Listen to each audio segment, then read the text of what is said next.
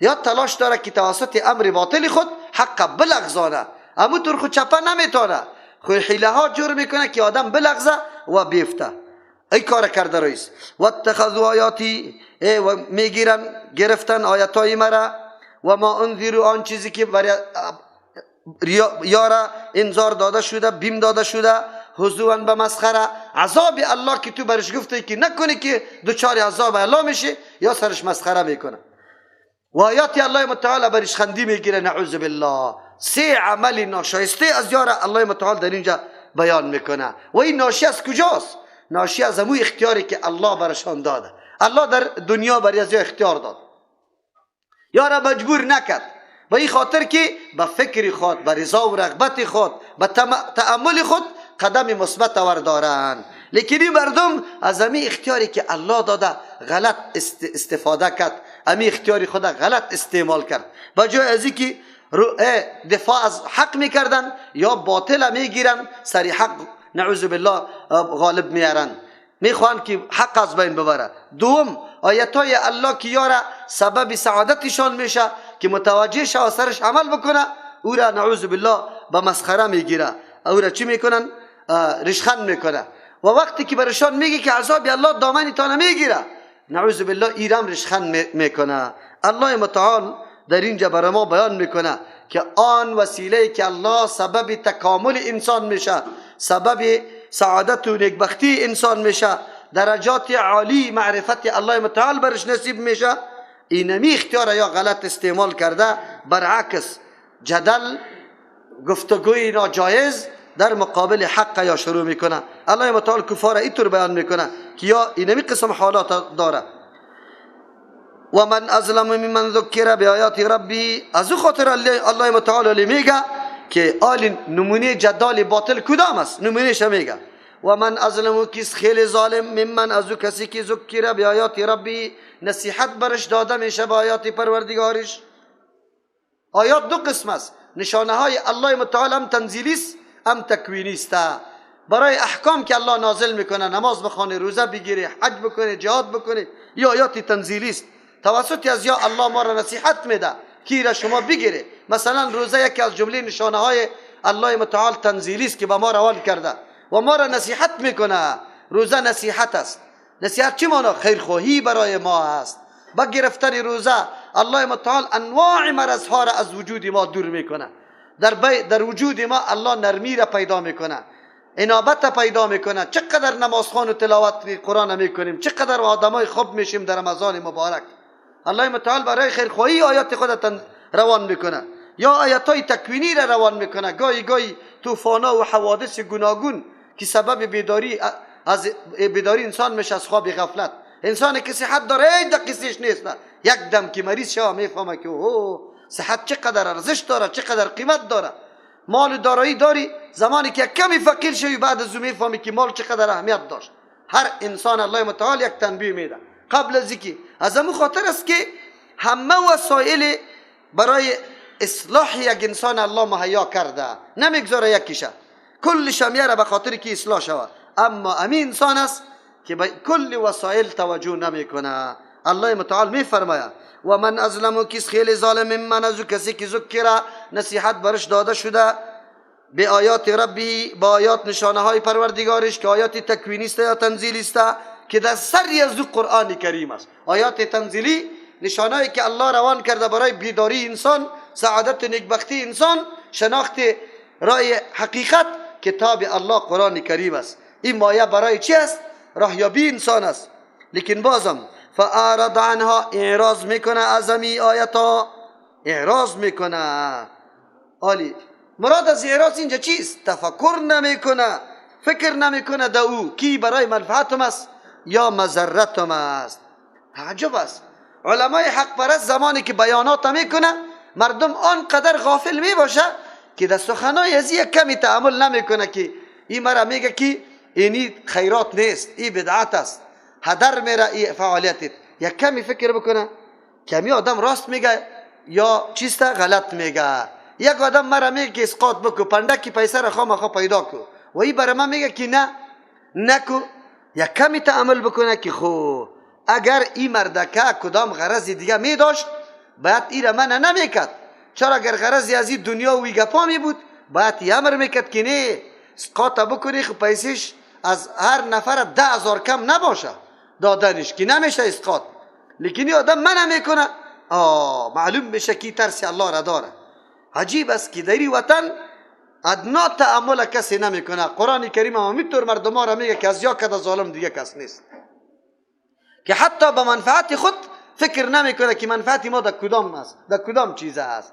مردم که میگی که آسان کنی تکلیفه، حج میری چی ضرورت به جای نماز است، چی ضرورت به ختم است، چی ضرورت به گوکوشی است، چی ضرورت به ای که 10 روز تو خود از کار روزگار قومیت مکمل از کار کشیدی. چرا اینقدر تکلفات میکنی، خودت تباه و برباد کرده. مردم کی را میگی قطعی تو جنگ داره، میگه ای وهابیسته. عجیب است. مردم کی در جنت کش میکنی، مردم تو را میگه نه این دشمنم است. این طور مردم است. الله متعال این طور مردم ها را که تفکر نمیکنه به کلام وار ظالم ترین مردم ها گفته، یا واقعا ظالم مردم است. ظالم سری کیست؟ ظالم سری خود در بدبختی میکشانه. یک و نسی ما قدمت، فراموش میکنه آن چیزی را قدمت یدا که پیش فرستاده دستایشان، او را فراموش میکنه. الله متعال از 3 طریق این مردم را بیدار میکنه. قرآن کریم کتاب خود روان کرد، احکام و مسائلی که موضوعاتی که قرآن کریم بیان میکنه موافق فطرت و وجدان انسان است، قطعا تصادم نداره. دوم وجه در اینجا که باید انسان باید بپذیره، خامخا بپذیره ایسته که اینمی از جانب الله متعال آمده، از طرف الله. ممن ذکر به آیات ربه، آیات پروردگار است. سوم وجه ایسته خطاهای سابقه مکمل از بین میره اگر انسان بر ازو چی بشوه، متوجه شوه. الله متعال برای بیداری ما 3 قسم وسیله که بالکل انسان قناعت میده، لیکن این انسان باز هم راه ظلم در پیش میگیره. چرا؟ حالات ناگواری که در پیششان میایه او را اصلا نتیجه عمل یا کردار زشت خودشان است. کردارا و عمل خود فراموش میکنه، شکایت میکنه که چرا این حالت سر ما آمده، ما و شما میتور بودیم، ولی چرا اینقدر ظلم سر ما میشه، سیکوی دنیای کفر اینجا آمده. متوجه به خود نیستیم که ما چی کردیم، خطی دین الله چی کردیم، دین الله را چه قسم معرفی کردیم. انا جعلنا علی قلوبهم، ما گردانیدیم بالای قلبایشان اکنتا پرده ها، ایفقهوا، از اینکه بدانه قرآن کریمه. چرا؟ قرآن کریمی طور مطالب عمده داره، سرشاری داره، نفیس و خیلی قیمت بهایی داره، محل قیمت بها و پاک و مطهره چیسته میخواه، تقاضا میکنه این طور جایی را که اهلیتی کلام الله را داشته باشه. هر قلب که پر از کبر و غرور و حسد باشه قرآن کریم جایی اوتر قلبام نفوذ نمیکنه. چرا که او پرده های جهل و غرور و تکبر در او وجود داره، قرآن کریم در او داخل نمیشه. قرآن کریم کلام پاک الهی است، محل پاک طلب داره. از همون خاطر است در توصیه اول براتان گفته بودم که خود به قرآن آنقدر عاجز کنه، آنقدر محتاج بکنه که من بسیار محتاج به قرآن کریم هستم. باز میبینی که قرآن کریم چی تاثیرات در قلب تو پیدا میکنه. الله متعال میفرمه ما گردانیدیم بالای دلهایشان پرده ها. چرا الله متعال پرده ها را گردانید؟ خیر گناه از یا چیز نه، قلب خدا آماده برای تفکری مضامین قرآن نکرد. از او خاطر الله متعال پرده های غرور و حسد و نعوذ بالله عقل جنگی را آورده، قرآن کریم در قلبش جا گرفته نمیتونه. و فی آذانهم وقرا، در گوشایشان گیرنگی است. اینمی وسایل هدایت انسان است. اما این مردکه بجای از اینکه قرآن بشنوه میره موسیقی را میشنوه، بجای از اینکه حدیث رسول الله را بشنوه میره فلسفه و گپای سقرات و بقرات شنیده را ایسته. از او خاطر این گرفته وسیله را سری خود خراب کرده. الله متعال مطابق از او علماء قسم نتیجه را هم مرتب میکنه. و این تدعوهم الی الهدى، آلی که همه وسایل دریافت و درک الله سرش بند کرده، هر قدر که تو یار دعوت بدی هیچ نوع هدایت برش حاصل نمیشه.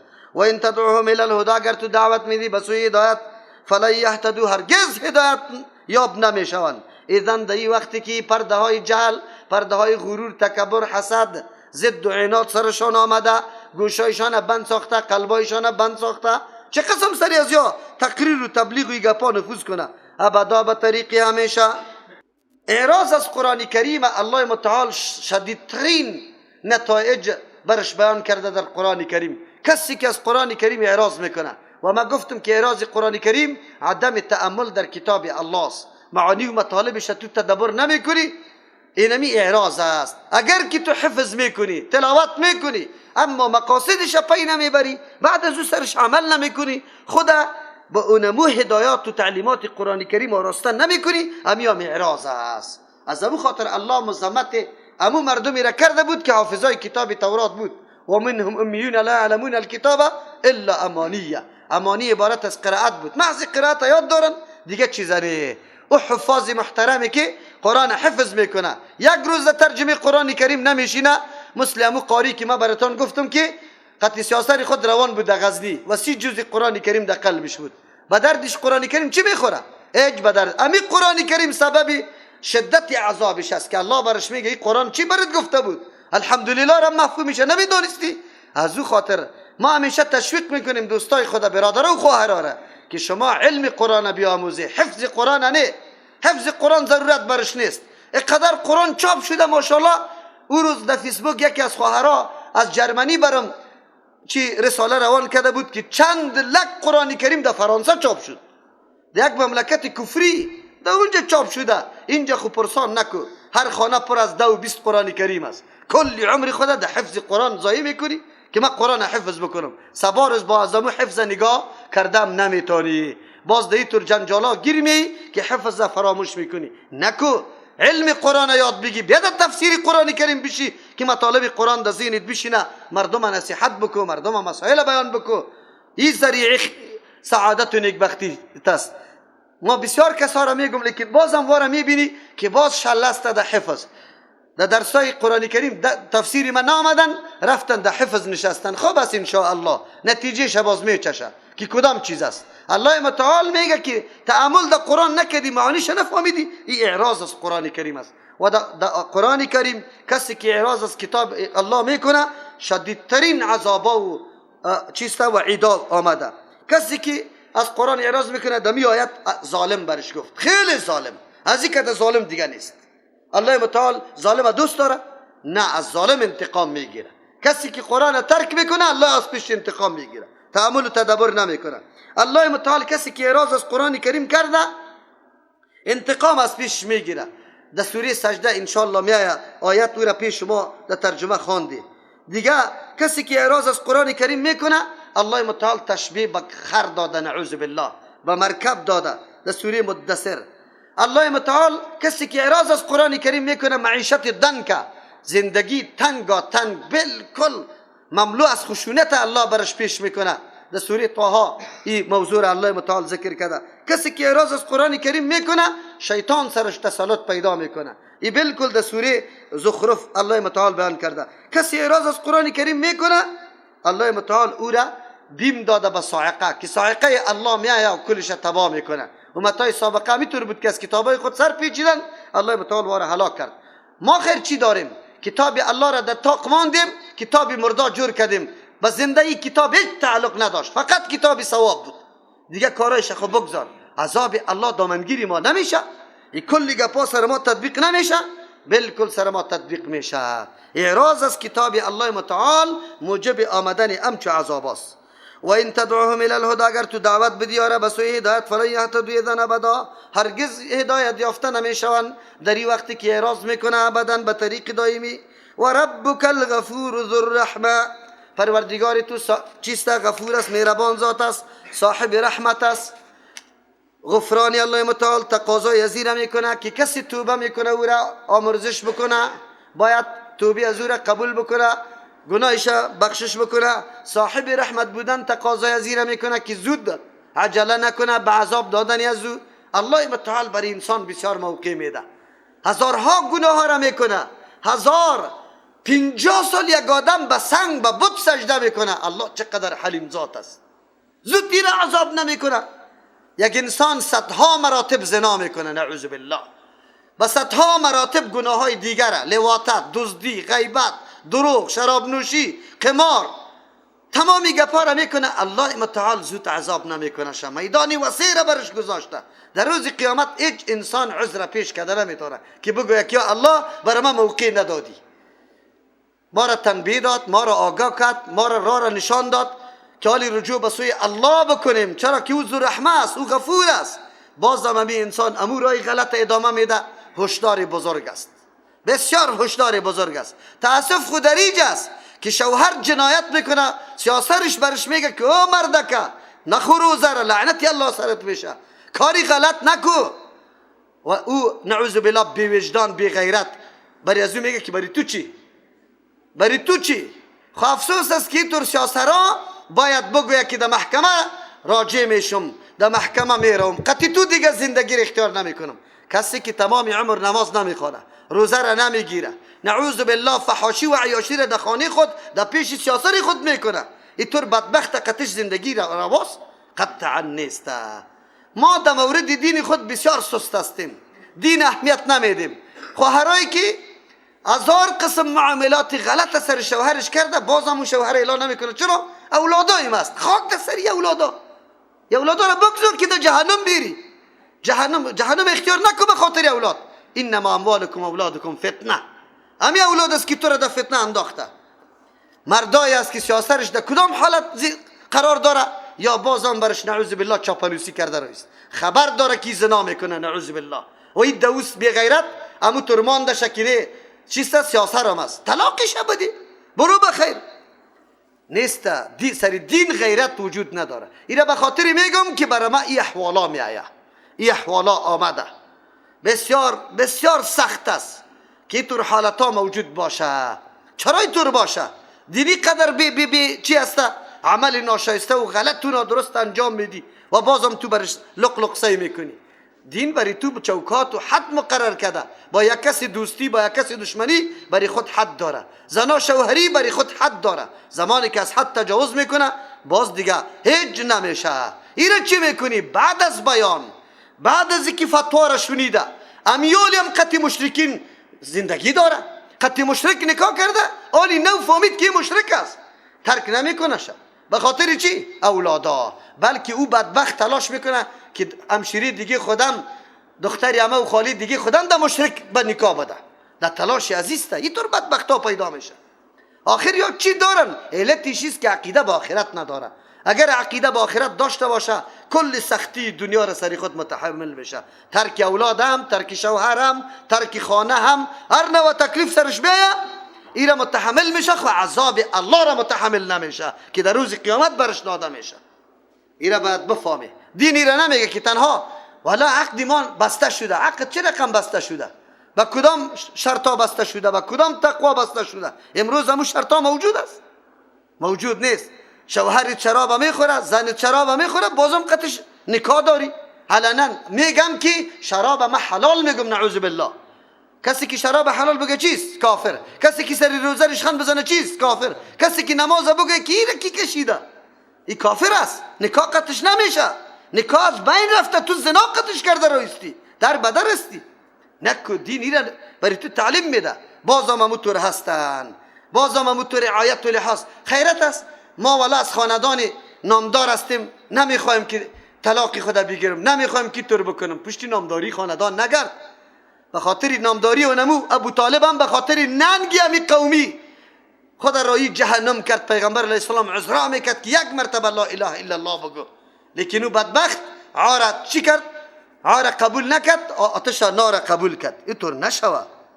الله چقدر غفور است، مهربان ذات است، توبه را قبول میکنه، میدان وسیع را برات داده، ذو رحمت است، زود تو را عذاب نمیکنه. بله امی انسان الله خب موقع داده، لیکن زمانی که یادم سرکشیش از حد تجاوز کنه باز خو الله عادل است. اینطور هم نمیکنه که اگه آدم هر قدر معصیت و گناه میکنه بگذارشه. از او خاطر الله میگه باز انتقام میگیره. و ربک الغفور، پروردگار تو زیاد مهربان است، توبه را میپذیره. ذو رحمت، صاحب رحمت است، مقتضای رحمتش تقاضای زیره داره که زود تو را عذاب نده. لیکن زمانی که از حد سرکشی تیر شود دیگه بعد از او الله خامخا عادل است، انتقام میگیره. لو یاخذهم بما کسبوا، اگر میگرفت الله مؤاخذه میکرد به عذاب دادن به هلاک کردن به ما کسبو، به آن چیزی که مردم کسب میکنه، اعمال ناشایسته، گناه ها میکنه. لعجل لهم العذاب، زود میفرست الله برایشان عذابه. عالمی دیدی که مردم ده 100% 1% باقی میمانه، یعنی که کلگی تباه میشه. انسانا الله اکبر، الله معافی کنه. اگر رحمت الله متعال نباشه بس دیگه انسان تباه است. آدم علیه السلام از خاطر میگه که چیسته؟ ربنا ظلمنا انفسنا و این لم تغفر لنا و ترحمنا، اگر تو مغفرت نکنی رحم نکنی لنکنن. این دعای آدم علیه السلام تعلیم به اولادش است که اولاد مبتلا به انواع ظلم و معصیت شده، بجز از اینکه رجوع به الله بکنی، خود تسلیم به الله متعال بکنی، دیگر راه نداری. بل لهم موعد، بلکه به این طور مردما زود الله متعال زود عذاب نمیاره، ولو که گناه های متنوع خیلی گناه های بزرگ انجام میده. چرا اینطور نمیکنه؟ بل لهم موعد، بلکه برای از یا زمان مرگشان یعنی تاریخ مقرر است که او اجل انسان است یا وقت جزا دادنشان است. لن یجدوا من دونه یعنی وقتی که فرا برسه امی تاریخ امی میعاد، هرگز نمیابند من دونه بغیر از الله متعال موئلا، جای پناه را هیچ کس برش پناه داده نمیتونه و الله خود پناه نمیده. چرا نمیده؟ به خاطری که کل عمر معصیت و نافرمانی الله را کرده. الله چطوری را پناه بده؟ یک روز به سوی الله متعال چی نکرده؟ این توبه نکرده، رجوع نکرده. و تلک القرى اهلکناهم، الله متعال اسباب هدایت دیگر برای ما پیش میکنه، دیگر رقم برای ما تذکیر و وعظ میکنه. حالات انبیا قومای گذشته را برای ما بیان میکنه، به کدام سرنوشت مبتلا شدن، چطور مردم بودن، چه قسم پیغمبرها برش دعوت داد، این مردم قبول کرد نکرد، به کدام سرنوشت مبتلا شدن.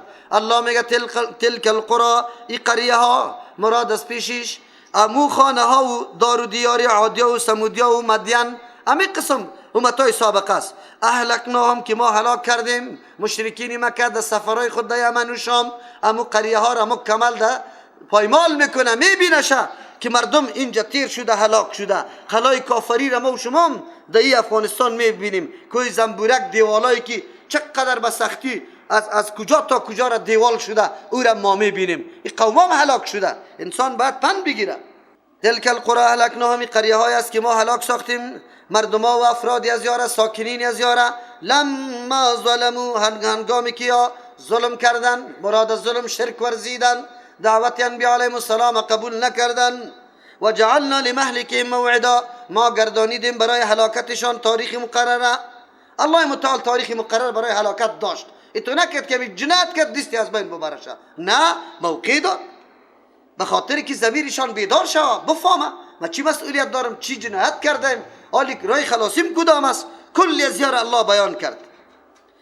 و اذ قال موسی لفتاه لا ابرح حتی ابلغ مجمع البحرین، قابل یادآوری است در آن وقتی که موسی علیه السلام میفرمه برای جوان خود یوشع ابن نون شاگردش است، لا ابرح پیوسته میروم، حتی ابلغ تا که برسم مجمع البحرین، در جایی که دو بحر با هم ملاقی میشه، یک جا میشه.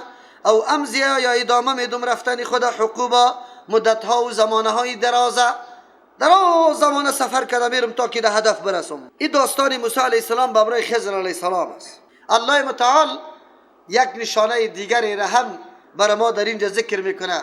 در آیات قبلی الله متعال فنای دنیا را بیان کرده بود، به ضرب المثل یا بیان مثالای دو نفری که صاحب باغ بود. الله بیان کرد که دنیا مال و متاع است، چند روز رونق و زیبایی داره، لیکن آینده امرای تو وجود نداره. از او خاطر آن چیزی که بقا داره باقیات صالحات است، او را از خود کن، وگرنه انسان تباه میشه. یکی از جمله باقیات صالحات که یقینا سبب سعادت انسان میشه علم است. علم او جوهری است و او دانه بیشبها و قیمت بهاست که انسان باید خیلی زحمت را بکشه، در طلب و جستجویش باشه. نمیبینی موسی علیه السلام پیغمبر است، اولوالعزم پیغمبر است، زمانی که میفهمه از جانب الله برش میگه که یک بندی دیگه از تو که عالمتر است، شروع میکنه به سفر، تکلیفا را مشقتا را برداشت میکنه تا که علم حاصل بکنه. علم مهمترین چیز در زندگی انسان است، بلکه کل نیکبختی و بدبختی انسان محورش علم و عدم علم است. ما که هر قدر کمال پیدا میکنیم از علم پیدا میکنیم. از این خاطر دین مقدس اسلام آنقدر اعتنا و اهتمام به علم کرده خلاص طلب العلم فریضة على كل مسلم. هر شخص مسلمان سرش طلب علم فرض. کدام علم؟ علمی که توسط یزو الله را بشناسه، علمی که توسط یزو معرفت الله برش نصیب شود، فرایض الله را بشناسه، 24 ساعت زندگی خدا در تعلیمات و هدایت الله پیش ببره.